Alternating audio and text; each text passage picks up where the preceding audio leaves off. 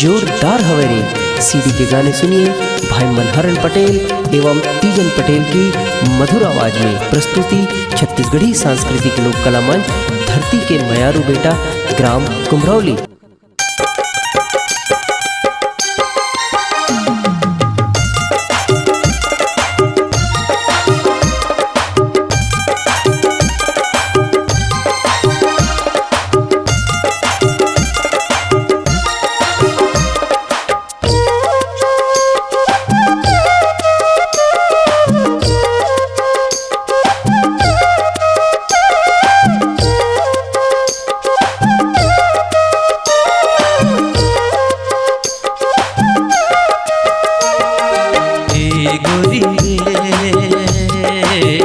घूमे गाँव मोर आवे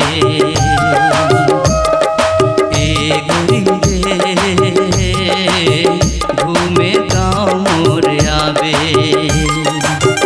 देख कि तोरे रानी मोरे देख कि तोरे रानी मोरे जिउरा हर जुड़ा जाए जिउरा हर जुड़ा जाए।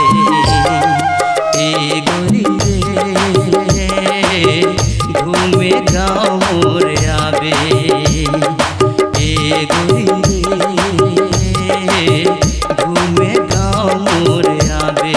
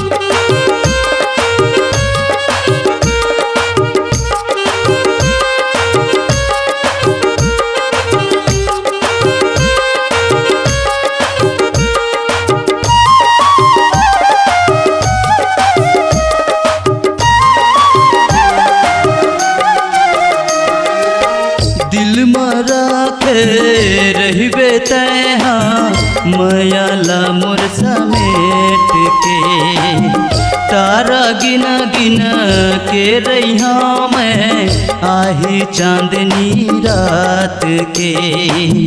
दिल मरा के रहिबे तैहा मयाला मोर समेट के तारा गिना गिना के रहिया मैं आही चांदनी रात के।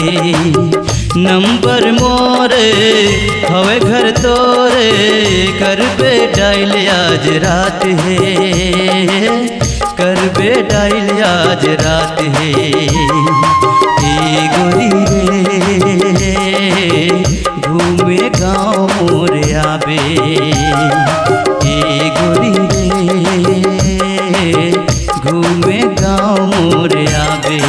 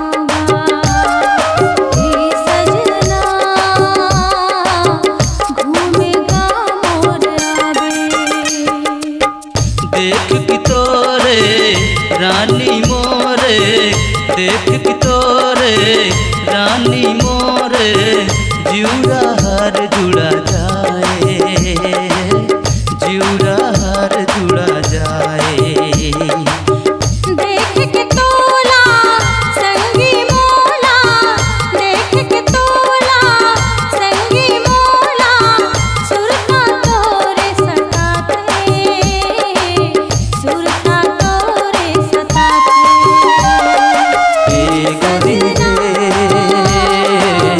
घूमे गाँव मोर आबे